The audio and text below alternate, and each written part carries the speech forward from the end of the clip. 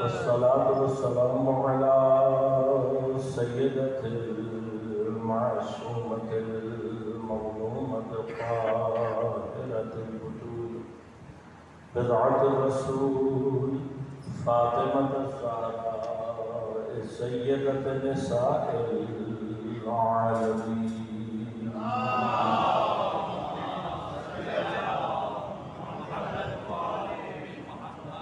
والصلاة والسلام على الحسن المجتبى والحسين المظلوم وأهل بيته الطيبين الطاهرين المعصومين المظلومين المنتجبين المنتخبين لا سيما بقية الله في الأراضين روحي وأرواح العالمين لتراب مقدمه الفداء ولعنة الله على أعدائهم أجمعين.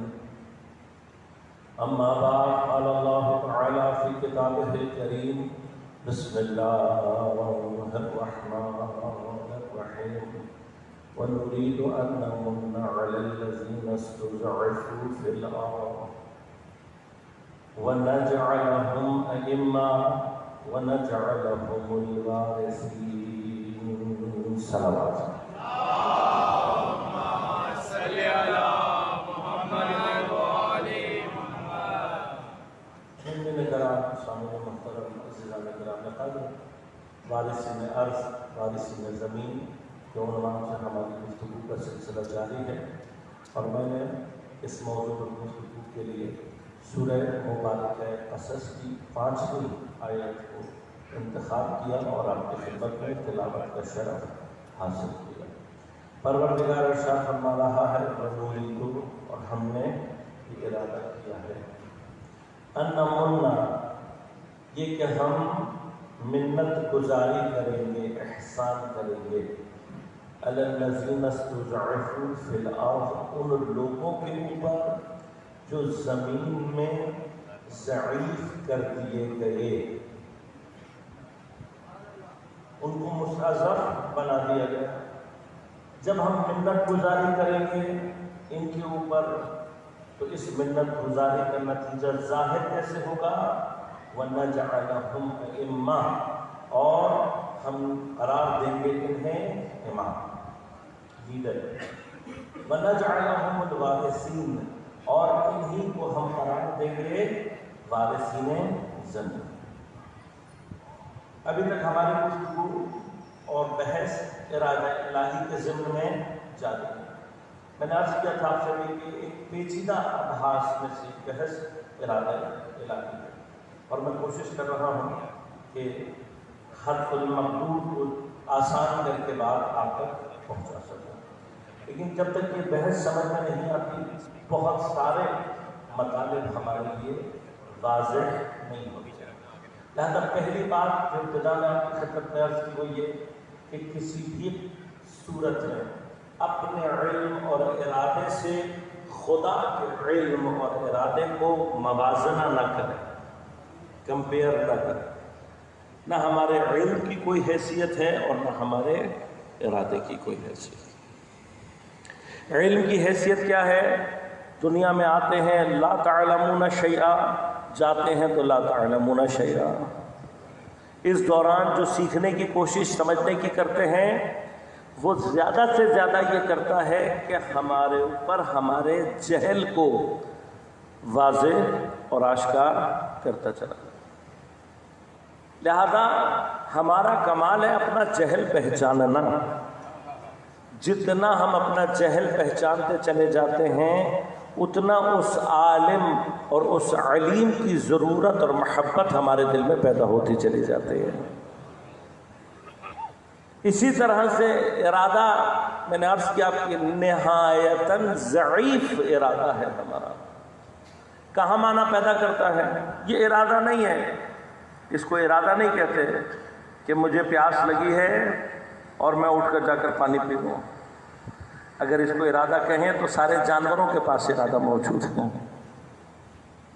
اسے ارادہ نہیں کہتے، یہ ضرورت ہے۔ آپ کو پیاس لگے گی اور آپ پانی پئیں گے، یہ ضرورت کا تقاضا ہے، ارادہ اسے نہیں کہتے۔ ارادہ اسے کہتے ہیں کہ آپ کے سامنے نجس مایہ موجود ہو اور اختیار رکھتے ہوئے آپ اسے نہ پئیں۔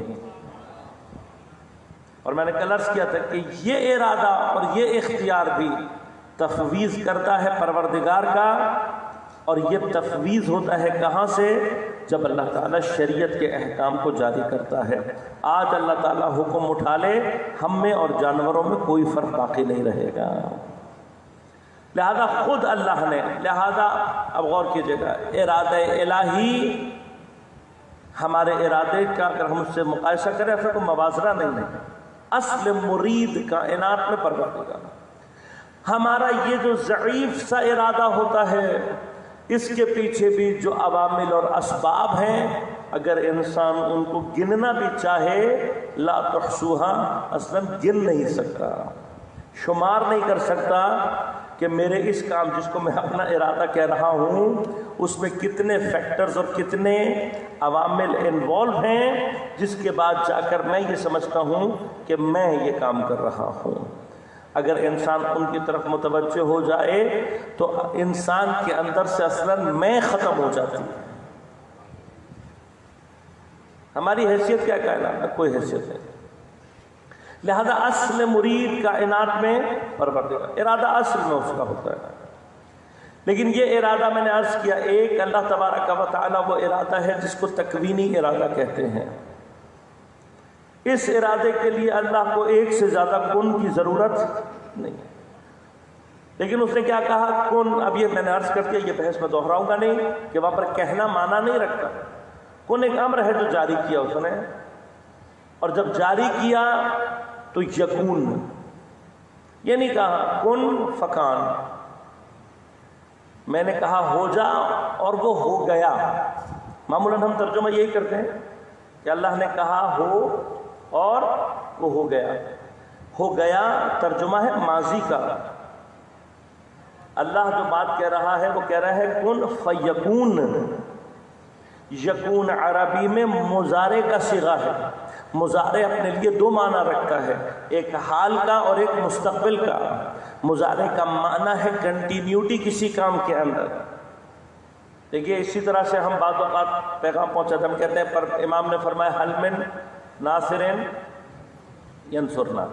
ینصرنا فعل مضارع ہے، اس زمانے میں نہیں، جب تک یزیدیت کا کوئی اثر باقی رہے گا حسینیت کو اپنے مددگار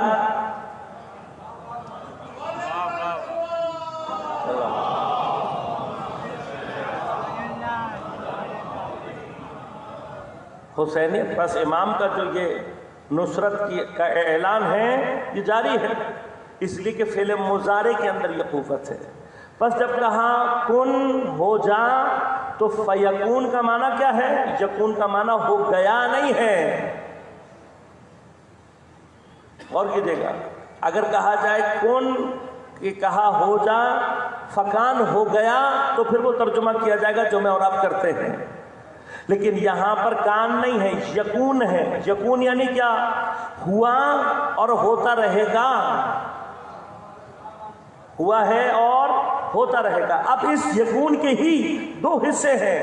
ایک یکون کا حصہ کیا ہے؟ ایک کن کا وہ اثر ہے کہ جب اللہ نے کہا تو وہ اسی وقت ہو گیا، اسی کن کا فوری نتیجہ ہے۔ یہ فوری نتیجہ وہ مخلوق اول ہے جو خدا کے اس سارے ارادے کو متحمل کرتا ہے، اس کن کی حقیقی شکل کو ظاہر کرتا ہے۔ پہلا مرحلہ یہ ہے۔ اب اس کے بعد کیوں؟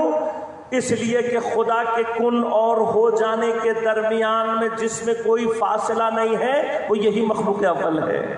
اس کے بعد جو کچھ بھی ہے اس میں کم از کم درجے کا، کم از کم درجے کا ایک فاصلہ باقی رہے گا، تقدم اور تاخر کا ایک معاملہ باقی رہے گا، اور جہاں پر تقدم اور تاخر آ جائے وہاں پر خدا کا یکون وہ معنی پیدا نہیں کرتا۔ بس ضروری ہے کہ اس کن کا ایک مرحلہ اسی وقت ہو، بس مجھے نہیں معلوم اس نے کن کب کہا، یہ یکون کب ہوا؟ بس اتنا پتا ہے کہ جب سے وہ ہے تب سے اول مخلوق موجود ہے۔ اب اس کے بعد جو بھی چیز ہوگی اور پوچھے گا۔ اب یہ یکون ختم نہیں ہوا ہے، یہ یکون جاری ہے، لیکن اب یہ یکون جو جاری ہوگا وہ کہاں جاری ہوگا؟ ہر آنے والی مخلوق کے اعتبار سے، اس کے درجے کے اعتبار سے، اس کی حیثیت کے اعتبار سے یہ یکون اپنی کیفیت کو جاری رکھے گا۔ تو آج جو لوگ کاسمولوجی پر کام کر رہے ہیں، آج جو لوگ کائنات پر کام کر رہے ہیں، ایک زمانے تک سائنسدان کائنات کی حدوں کو تلاش کرنے کی کوشش کر رہے تھے۔ کہہ رہے ہیں ہم کوشش کرتے ہیں کہ ہمیں پتہ لگ جائے کہ کائنات کا ایکسپینڈ کتنا ہے۔ آج وہ سارے مجبور ہو کر یہ کہہ رہے ہیں ناممکن ہے کہ کائنات کا جو کنارہ ہے، کائنات کا جو اینڈ ہے، اسے دریافت کیا جا سکے۔ کیوں؟ کہ اس لیے کہ ابھی تک ہمیں جو بات اب سمجھ میں آ رہی ہے وہ یہ ہے، یہ کائنات ہر لحظے میں ایکسپینڈ کر رہی ہے، ہر لحظے میں بڑھتی جا رہی ہے۔ بس اس کا معنی کیا ہوا کہ اس یقون کا اثر ابھی تک جاری ہے اور جاری رہے گا، کنٹینیوس ہے۔ کب تک جاری رہے گا یہ صرف وہ جانتا ہے۔ لہذا ہم جو وجود میں آئے ہیں ہم اسی کن کا اثر ہیں، لیکن ہماری حیثیت نہیں ہے کہ ہم اپنے وقت سے ذرا سا پہلے یا ذرا سا بعد میں وجود میں آ جائیں۔ اس میں ہمارا کوئی اختیار نہیں۔ اور جتنی وہ تمام چیزیں یاد رکھے گا کہ جن پر انسان کا کوئی ارادہ اور اختیار نہیں ہے، وہ ساری کی ساری چیزیں جتنی بھی ہیں اسی ارادہ کن سے تعلق رکھتی ہیں۔ لیکن اس ارادہ، اب یہ ارادہ کتنا طاقتور ہے یہ انسان اصل سوچ بھی نہیں سکتا۔ کب تک جاری رہے گا کوئی نہیں جانتا، کیا اثر دکھلائے گا کوئی نہیں جانتا۔ لیکن اس تکوینی ارادے کے درمیان میں اللہ تبارک و تعالی نے اپنے لطف اور احسان سے ایک ارادہ تشریعی بھی جاری کیا ہے۔ اب اس ارادہ تشریعی کی ضرورت کیوں ہے؟ یہ تھوڑی سی مفصل بحث ہے، لیکن ضروری اس لیے ہے، تھوڑی سی بحث سنگین ہے لیکن ضروری ہے بات کو سمجھانے کے لیے۔ دیکھیے، جب اللہ تبارک و تعالیٰ نے کن کہا، ہر موجود اپنی حیثیت کے اعتبار سے وجود میں آ رہا ہے، لیکن پہلے اثر میں جب سارے موجودات ایک مرتبہ خلقت کی کیفیت انہوں نے اختیار کی ہے، تو جو اللہ کے کن سے سب سے پست ترین چیز وجود میں آئی ہے اسے ذرہ کہتے ہیں۔ اگر ہم تھوڑا سا سائنٹیفکلی اس کو ڈسکس کرنا چاہیں تو شاید ہائیڈروجن جو ہے، آپ جانتے ہیں کہ ہائیڈروجن وہ سمپلسٹ پارٹیکل ہے کہ جس سے نیچے پارٹیکل تصور نہیں کیا جا سکتا۔ ہائیڈروجن آپ توڑ نہیں سکتے، ہائیڈروجن آپ توڑیں گے کچھ ہاتھ نہیں آئے گا آپ کو۔ یہ وہ ذرہ ہے جس سے مزید وجود کا اخراج یا وجود نکلنا ممکن ہی نہیں ہے۔ اب اس سے آگے وجود کیوں نہیں ہے، اس میں اللہ کا نہیں مسئلہ یہ ہے کہ اس کے بعد والی کیفیت خود سے اپنی ذات میں محال ہے، وجود میں آ ہی نہیں سکتی، خود قابلیت وجود نہیں رکھتی۔ اب یہ پست ترین مرحلے میں، جس کو ہم پست کہہ رہے ہیں، اس مرحلے تک ہر چیز جو وجود میں آئی ہے اپنی جگہ خود کمالات رکھتی ہے۔ کوئی بھی شے جو وجود میں آئی ہے کمال سے خالی نہیں ہے، لیکن اس کا کمال اپنی حیثیت میں ہے۔ مثلا ہائیڈروجن کا جو کمال ہے وہ اس کی اپنی جگہ پر ہے، اور جو ہائیڈروجن میں کمال ہے وہ ہیلیم میں نہیں ہے، جو ہیلیم میں ہے وہ آکسیجن میں نہیں ہے، جو آکسیجن میں ہے وہ دوسری گیسوں میں نہیں ہے۔ ہر ایک شے جو اللہ تعالیٰ نے خلق کی ہے اس کے اندر کمال ہے، لیکن اسی کمال میں آپ غور کریں، اسی کمال کے اندر کچھ چیزیں اشرف ہیں، کچھ اشرف نہیں، کچھ کا درجہ اعلیٰ ہے، کچھ کا اعلیٰ نہیں ہے۔ اب یہ درجات کیسے بڑھتے ہیں، یہ درجات کیسے وجود میں آتے ہیں، وہ بحث اپنی جگہ محفوظ، صرف اشارہ کر دیتا ہوں اس خلقت کے مرحلے میں آنے کے جو مرحلہ ہے، اس خلقت کے سلسلے کو جاری کرتے ہوئے ایک مرحلہ وہ ہے جس میں اللہ اپنی تمام موجودات کو شعور عطا کرتا ہے، ادراک عطا کرتا ہے۔ لہذا یہ ہم نہیں کہہ رہے، سائنس نے بھی آج دریافت کر لیا ہے کہ حتیٰ ذرات کے اندر بھی نوعی شعور موجود ہے، اور اس شعور کے دینے کے بعد ولایت محمد و آل محمد کو اشیاء پر پیش کیا گیا ہے۔ اللہم صلی علی محمد۔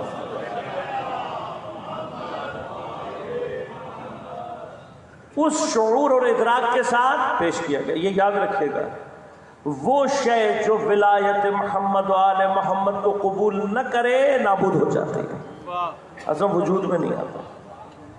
لیکن ذرا سا تقدم اور تاخر جس نے پہل کر لی ولایت کا اقرار کرنے میں، وہ دنیا میں باشرف ہو کے ظاہر ہوا ہے، اور جس نے ذرا سی دیر کی ہے وہ بے شرف ہو کر ظاہر ہوا ہے۔ لہذا غور کیجیے گا، حتیٰ ایلیمنٹس لیول پر، جو ایلیمنٹس کے لیول ہوتے ہیں، اس کے اوپر بھی کچھ ایلیمنٹ ہیں جو شرف رکھتے ہیں، کچھ کا شرف نہیں ہے۔ لہذا تمام ایلیمنٹس میں سونے کو جو حیثیت حاصل ہے وہ باقیوں کو حاصل نہیں ہے، چاندی کو جو مقام حاصل ہے وہ دوسروں کو نہیں ہے۔ حتیٰ ایک ہی ایلیمنٹ کے اندر کاربن ہے، کچھ کوئلے بنے ہیں بے شرف ہو گئے ہیں، کچھ ہیرے بنے ہیں باشرف ہو گئے ہیں۔ اللہم صلی اللہ۔ بس اس کا مطلب کیا؟ غور کیجیے گا، کسی بھی مرحلے میں، غور کیجیے گا، کسی بھی مرحلے میں یکسانیت نہیں ہے، یکسانیت نہیں ہے، درجات متصور ہیں، کم تر اور افضل، یہ فرق موجود ہے۔ اس کا مطلب کیا ہے؟ اس کا مطلب یہ کہ کائنات حتیٰ ایلیمنٹری لیول پر بھی ترقی کی گنجائش رکھتی ہے، اس میں ترقی پاسبل ہے، چاہے وہ ذرات کے لیول پر ہو، ایلیمنٹس کے لیول پر ہو۔ اب آپ کمپاؤنڈز میں آ جائیں تو کمپاؤنڈز میں اسی طرح سے ہے۔ مثلا ایک کمپاؤنڈ پانی ہے، مگر کیا ہر پانی میٹھا اور خوشگوار ہے؟ نہیں، کچھ پانی کھارے ہیں، کچھ میٹھے ہیں۔ جائیے روایت جا کر دیکھ لیے، فرمائیے ہر جگہ جہاں پر پانی میٹھا ہے علی کی ولایت کا اقرار کر لیں، اور جہاں کھارا ہے اس نے ذرا سی دیر کی ہے۔ بس یہ یاد رکھنا کائنات میں شرف میرے مولا کی ولایت کے اقرار سے حاصل ہوتا ہے، تو اب جس کو علی کی ولایت کھٹک رہی ہے وہ اصل میں اپنے بے شرف ہونے کا اعلان کر رہا ہے۔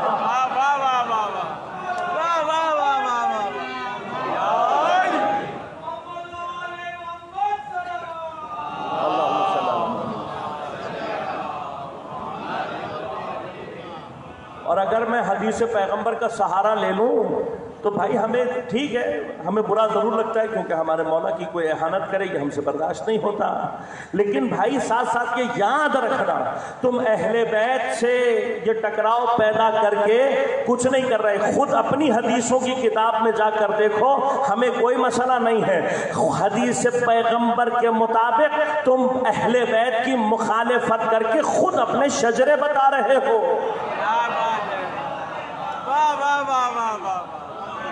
بس میں نے جو نام دیا نا، یہ جو آل پارٹیز قاتلان امام حسین کانفرنس، بس یہ یاد رکھنا، جو ہے خود جا کر پوچھ لے،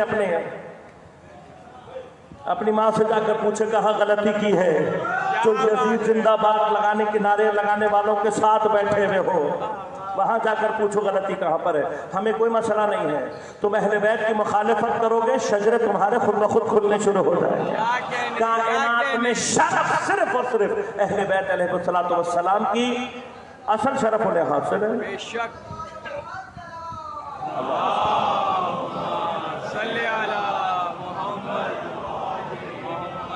زیادہ غور کیجئے گا، بس ہر کمپاؤنڈز میں بھی اللہ تبارک و تعالیٰ نے کچھ چیزوں کو شرف دیا ہے، کچھ کو پودوں میں آ جائیں کچھ کا پاس شرف ہے، کچھ بے شرف ہیں، حیوانات میں آ جائیں کچھ شرف رکھتے ہیں، کچھ شرف نہیں رکھتے۔ تمام کائنات میں شرف اگر ہے تو اہل بیت کی ولایت کی وجہ سے۔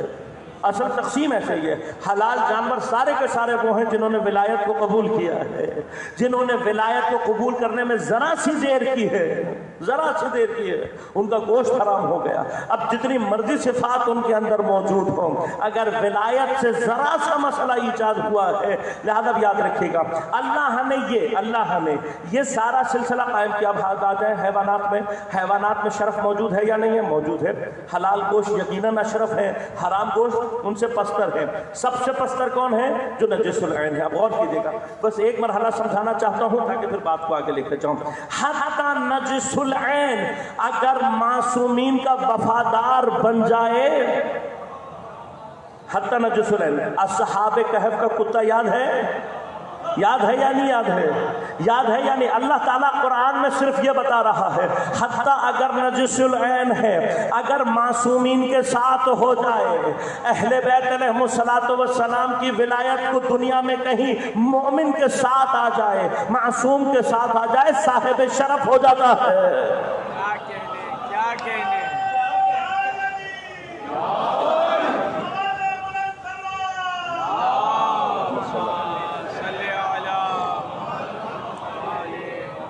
لہذا یاد رکھے کائنات ہر لحظہ ترقی میں ہے، کائنات ہر لحظہ ترقی میں ہے۔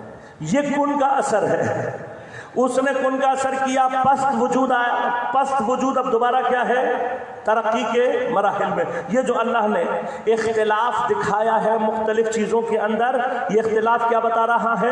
حتیٰ ان کے اندر بھی ترقی کی گنجائش موجود ہے۔ ذرے سے لے کر حیوانات تک میں نے آپ کو بتا دیا کہ ترقی کی گنجائش موجود ہے۔ اب یاد رکھیے گا ان تمام کو ترقی دینے کے لیے اور ترقی میں اس مرحلے میں، یعنی کیا؟ ایک دفعہ سب سے پست ترین، جس کو کہتے ہیں قوس نزولی، یعنی جب ان کا اثر ہوا ہے تو موجودات وجود میں آتے آتے پست ترین مرحلے میں داخل ہوئے ہیں۔ اب اللہ تبارک و تعالیٰ کا فضل یہ ہے، اور اس ارادے کا دوسرا اثر کیا ہے؟ دوسرا اثر یہ ہے کہ اسی پست چیزوں نے دوبارہ ترقی کر کے اپنے آپ کو اوپر کے مرحلے میں پہنچانا ہے، دوبارہ اپنے آپ کو اول مخلوق سے، خدا سے کوئی وصل نہیں ہو سکتا، یاد رکھنا، اپنے آپ کو وصل کرنا ہے اول مخلوق سے۔ اول مخلوق سے یعنی کیا مراد؟ یعنی اپنے آپ کو وصل کرنا ہے محبت مودت محمد و آل محمد علیہ السلام سے۔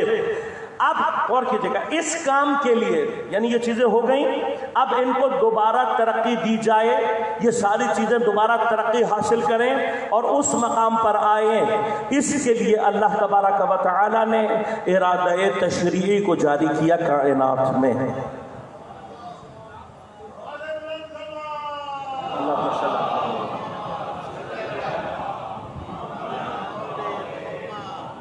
لہذا ایک مقام آپ کی خدمت میں عرض کروں اور پھر بات کو آگے بڑھاؤں کیونکہ میرے موضوع سے مرتبط ہے۔ وہ مقام کیا ہے؟ آپ نے کبھی حضرت آدم علیہ السلام کے حوالے سے یا جناب داؤد علیہ السلام، جہاں کہیں پر بھی قرآن میں لفظ خلیفۃ اللہ استعمال کیا ہے، انی جاعل فی الارض خلیفہ، کس کا خلیفہ ہے یہ کس کا خلیفہ ہے؟ اللہ کا خلیفہ ہے۔ خلیفہ کیا ہوتا ہے؟ تفصیلات اپنی جگہ محفوظ، کبھی انشاءاللہ موقع بنا رہا تو تفصیل سے عرض کروں گا کہ خلیفہ کیا ہوتا ہے۔ یہ جو لفظ ہے یہ نکلا ہے جس مادے سے خے لام فے، عربی میں اس سے دو مصدر استعمال ہوتے ہیں، خلف اور خلف۔ خلف کہتے ہیں پیچھے آنے کو، خلف کہتے ہیں انحراف کرنے کو۔ لہذا غور کیجیے گا، خلف سے جب اختلاف بنتا ہے تو اس کا معنی لڑائی جھگڑا نہیں ہے۔ ہمارے ہاں اختلاف کا معنی ہم لیتے ہیں خلف کے مادے سے، خلف کے مادے سے اگر لیا جائے تو پھر اختلاف انحراف کے معنی میں آتا ہے، لڑائی جھگڑے۔ لیکن اگر خلف سے لیا جائے اختلاف تو پھر کیا ہوتا ہے؟ ایک دوسرے کے پیچھے آنا جانا۔ لہذا غور کیجیے گا، قرآن جب کہتا ہے اختلاف اللیل والنہار، اس کا کیا معنی ہے؟ اختلاف اللیل والنہار کا معنی روز و شب کا آپس میں جھگڑا کرنا نہیں ہے، دن اور رات ایک دوسرے سے جھگڑتے نہیں ہیں، بلکہ کیا ہوتا ہے؟ اختلاف کا معنی کیا ہے؟ ایک آتا ہے، جیسے ہی جاتا ہے فوراً اس کی جگہ پر دوسرا آنا، ایک کی جگہ کو خالی کرتے ہی فوراً دوسرے کا آنا۔ یعنی اختلاف کے اصل معنی میں، خلف کے معنی میں اصل میں کیا ہے؟ ایسے پیچھے آنا کہ جیسے ہی اگلا اپنی جگہ خالی کرے پچھلا فوراً اس کی جگہ پر آئے۔ لہذا غور کیجیے گا، امام حسین علیہ السلام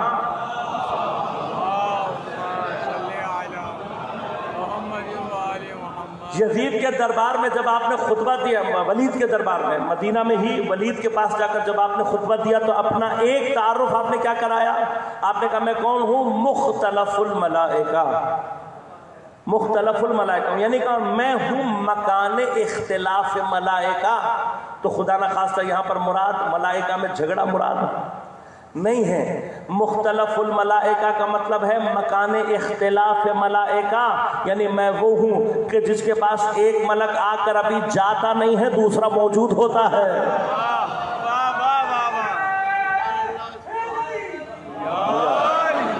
ملائکہ کے آنے جانے کا مکان میں ہوں، کیسا آنا کیسا جانا، ابھی ایک جاتا نہیں ہے، اس کے فوراً بعد دوسرا موجود ہوتا ہے۔ لہذا یاد رکھے گا کہ خلیفہ کا لفظ استعمال کہاں پر ہوتا ہے؟ جیسے ہی اصل جاتا ہے بلا فصل دوسرا آ جاتا ہے۔ کاش تم نے عربی ہی صحیح ڈھنگ سے پڑھی ہوتی ہے، جہاں 3 دن کا فاصلہ آ جائے وہاں پر تو لفظ خلیفہ صادق ہی نہیں ہوتا۔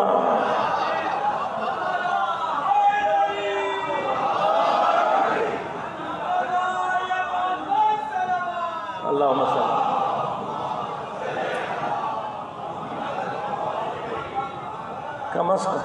کم از کم عربی ڈھنگ سے پڑھ لیتے ہیں تو یہ مسئلے ہی ایجاد نہیں ہوتے، جہاں 3 شب و روز کا فاصلہ آ جائے تو بھائی تم کہہ ہی نہیں سکتے، جو کہہ سکتے ہیں بلا فصل وہ آج تک کہہ رہے ہیں، تم کہہ ہی نہیں سکتے، ہم کہہ سکتے ہیں اس لیے ہم کہہ رہے ہیں۔ اب غور کیجئے گا، ہم کہہ رہے ہیں اسے کیوں؟ اس لیے کہ جب اصل جاتا ہے فوراً اس کی جگہ پہ۔ اچھا، یہ جگہ پہ آنے کا معنی کیا ہے؟ کرسی پہ بیٹھ جائے، مثلا آپ جس کو کہتے ہیں قائم مقام وزیر اعظم، قائم مقام صدر، تو کیا وہ قائم مقام جو ہوتا ہے وہ ایک عہدہ ہے نا، جب تک اصل باقی ہوتا ہے وہ بالقوہ ہوتا ہے، پوٹینٹیو ہوتا ہے۔ ایکٹیو کب ہوتا ہے؟ جیسے ہی اصل جائے گا۔ اب یہ اصل کے جاتے ہی اس کے ایکٹیو ہونے میں کوئی ٹائم چاہیے، کسی آرڈر، تھوڑی سی سیاست تو سمجھ لو بھئی۔ قائم مقام کب لگا؟ جب پہلے ایک مرتبہ قائم مقام لگا دیا جاتا ہے، پہلے سے ہوتا ہے نا، پہلے سے ہوتا ہے نا۔ بھئی پاکستان میں اس وقت وزیر اعظم ہمارے موجود ہیں، ان کا قائم مقام موجود ہے یا نہیں؟ پہلے سے موجود ہے۔ اب جو قائم مقام ہے اس کو کوئی یہ کہہ سکتا ہے کہ بھئی یہ بیکار ہے؟ نہیں، بیکار نہیں ہے۔ کیوں؟ اس لیے کہ جیسے ہی وزیر اعظم صاحب کسی دورے پر ملک سے باہر جائیں گے، یہ خود بخود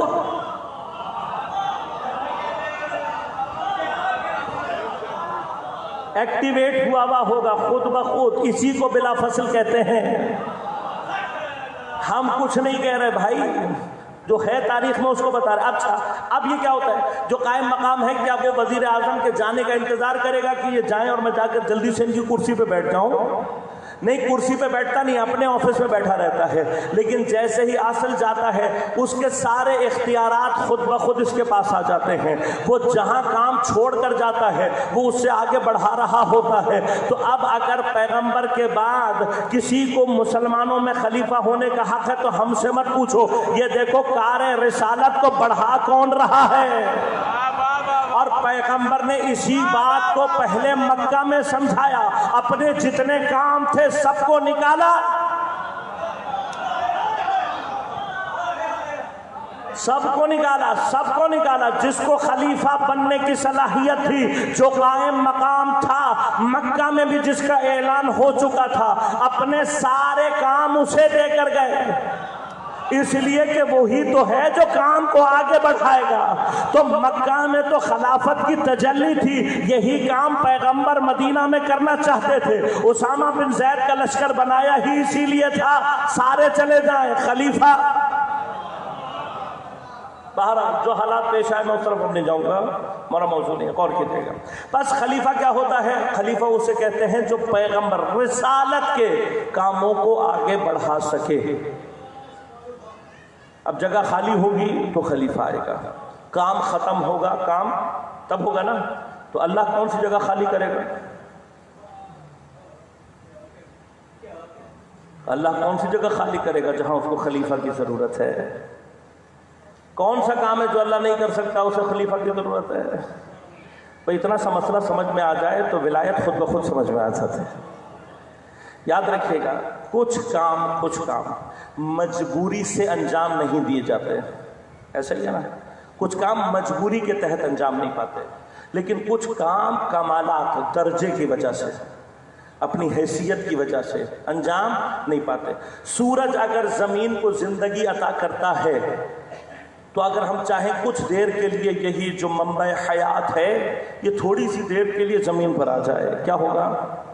ابھی سورج زمین پر آیا نہیں ہوگا، زمین فنا ہو جائے گی۔ تو اب یہ زمین کا فنا ہو جانا یہ سورج کی مجبوری ہے یا کمال ہے؟ کمال ہے نا، سورج کا کمال، سورج نہیں آ سکتا۔ اب سورج کیا کرے گا؟ سورج جس جگہ پر، یعنی میں لفظ استعمال کروں، جس کی اوقات نہیں ہے، جس کی اوقات نہیں ہے کہ سورج اس کے پاس آئے، اس کے پاس اپنا خلیفہ بھیجے گا۔ لہذا زمین پر خلافت اللہ ہی کیا ہے؟ خلافت اللہ ہی یہ ہے کہ خدا کے وہ سارے کام، وہ ساری چیزیں کہ جو خدا کرنا چاہتا ہے لیکن ہم اوقات نہیں رکھتے کہ خدا سے مستقیماً لیں، وہ زمین پر خلیفت اللہ کرتا ہے۔ بس اللہ کے جمیع کمالات کا مظہر خلیفت اللہ ہوتا ہے۔ اب اس خلیفت اللہ نے کرنا کیا ہے؟ اس نے کرنا یہ ہے، یہ اپنے وجود سے تمام پست ترین وجودوں کو ترقی دینا شروع کرتا ہے۔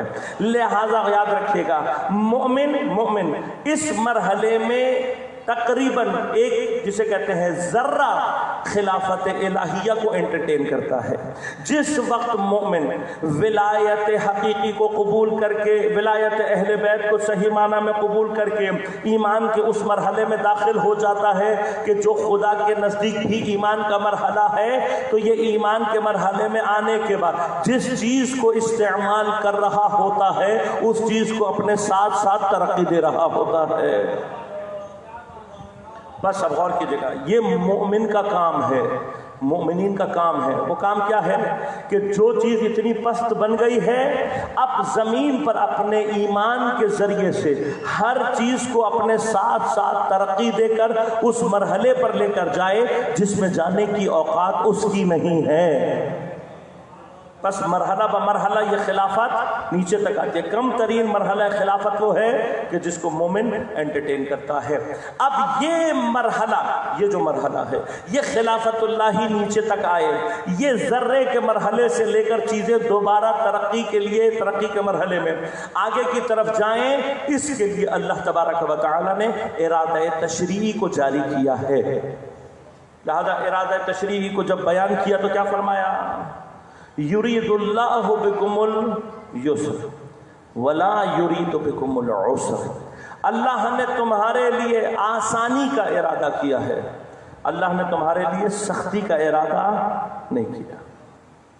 یہ کس چیز کے بارے میں ہے؟ یہ ارادہ تشریعی کے بارے میں ہے۔ یہ ارادہ کہاں ہے اللہ کا؟ تشریعی سے متعلق ہے۔ بس یہ تکوین کا ارادہ نہیں ہے، یہ تشریع کا ارادہ ہے۔ اور اللہ تبارک و تعالیٰ نے یہ جو شریعت بھیجی ہے، یاد رکھیے گا، یہ شریعت ہماری آسانی کے لیے ہے۔